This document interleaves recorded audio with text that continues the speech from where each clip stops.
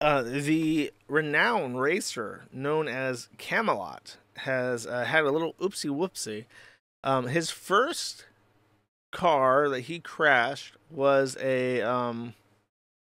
decked out in Law Pope Nick Rekieta stuff, and then this one he crashed another car with Timcast on it. So now maybe Timcast is the true inheritor of the Sonichu Demon, or maybe it'll come after Dick, because Dick seems to be self-immolating. Maybe it's a slow burn, like the car crash is a slow burn, and Timcast is just marked for death now.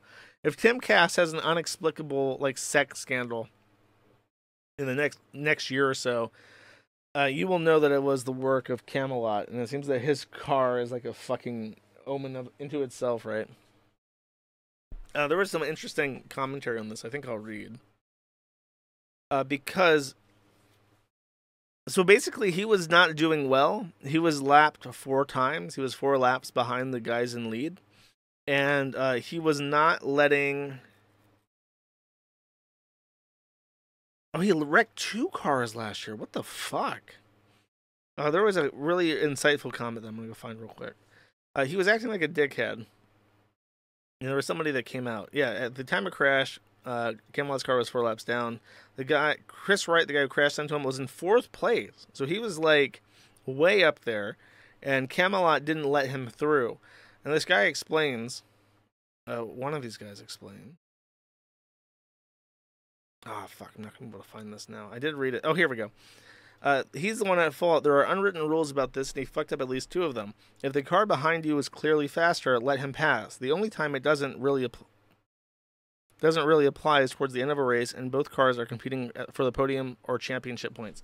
So basically, if you're about to be passed, don't block them.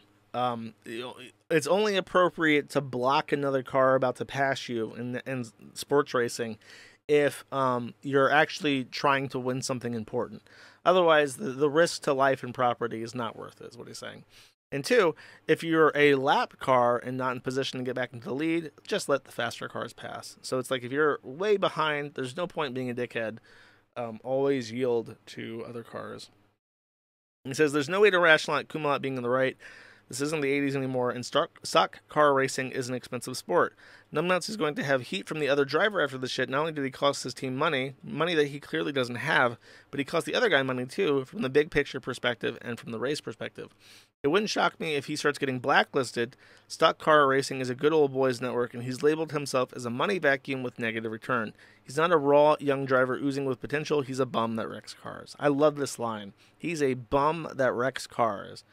He's not like some hot young up and comer in the sport. He's a bum that wrecks cars. I think that if you ever have the chance to say something to Camelot and you want to hurt his feelings, if you just call him a bum that wrecks cars, that will probably get to him. So that's your Camelot update. I know that you're all huge Camelot anti-fans that you need the latest news on, but there you go.